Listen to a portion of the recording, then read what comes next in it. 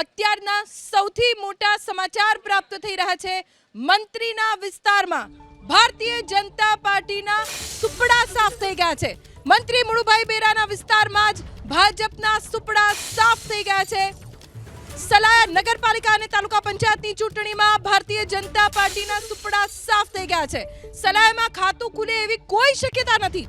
Bharatiya Janata party ભલે ચારે તરફ ભગવો ફેલાવતી હોય પણ મંત્રી મુળુભાઈ બેરા જે પોતાના જ વિસ્તારમાં ભાજપની એક બેઠક ન લાવી શક્યા, એક ઉમેદવારને ન જીતાડી શક્યા। સલાયા નગરપાલિકા અને તાલુકા પંચાયતની પેટા ચૂંટણીમાં ખાતું પણ ભાજપનું ખુલે એવી કોઈ શક્યતા નથી, કેમ કે અહીંયા ભાજપના એક ઉમેદવાર નથી જીતી શક્યા। 28 બેઠકવાળી સલાયામાં 13 બેઠક ઉપર આમ આદમી પાર્ટીના ઉમેદવારનો વિજય થયો છે અને 11 બેઠક ઉપર કોંગ્રેસના ઉમેદવારનો વિજય થયો છે। આમ આદમી પાર્ટી અને કોંગ્રેસે મળીને ભાજપના સુપડા સાફ કરી દીધા। રાજ્યની એકમાત્ર નગરપાલિકા કે જ્યાં ભારતીય જનતા પાર્ટી સત્તામાં નહીં આવી શકે। કોંગ્રેસના નેતા વિક્રમભાઈ માડમ અત્યારે આપણી સાથે જોડાઈ ગયા છે। વિક્રમભાઈ, આ એકમાત્ર એવી નગરપાલિકા કે જ્યાં ભારતીય જનતા પાર્ટીનું શાસન નહીં આવી શકે અને કારણભૂત કોંગ્રેસ અને આપ, ત્યાં સાંસદ પણ બીજેપી પાસે છે, કેબિનેટ મિનિસ્ટર પણ બીજેપી પાસે છે, તાલુકા પંચાયત, જિલ્લા પંચાયત, આખો દેવભૂમિ દ્વારકા જિલ્લો વન વે બીજેપી પાસે છે।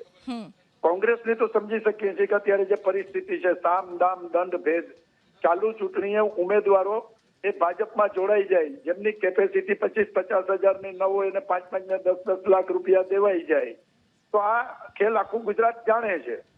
પરંતુ આવી પરિસ્થિતિમાં 28 માંથી 12 ઉમેદવાર ભાજપ લડે, ભાજપને 16 ઉમેદવાર ન મળે, ભાજપ લડી ન શકે અને ખાતું પણ ન ખોલાવી શકે, આનાથી વધારે નબળાઈ કઈ હોય? અમારી તો અત્યારે પરિસ્થિતિ ખરાબ ચાલે છે, અમે સમજીએ છીએ।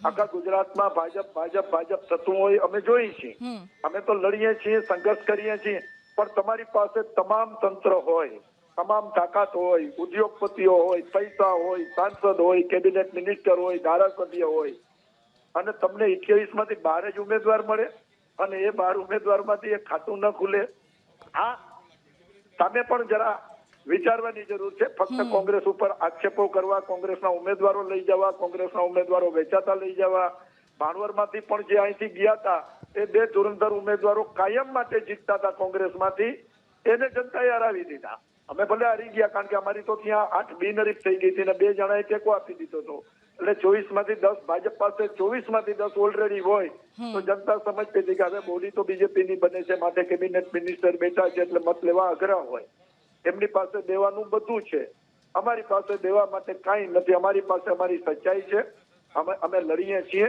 અને આવતા દિવસોમાં પણ અમે લોકશાહીની તંદુરસ્તીથી લડશું। વિક્રમભાઈ, આભાર એબીપી અસ્મિતા સાથે વાત કરવા માટે।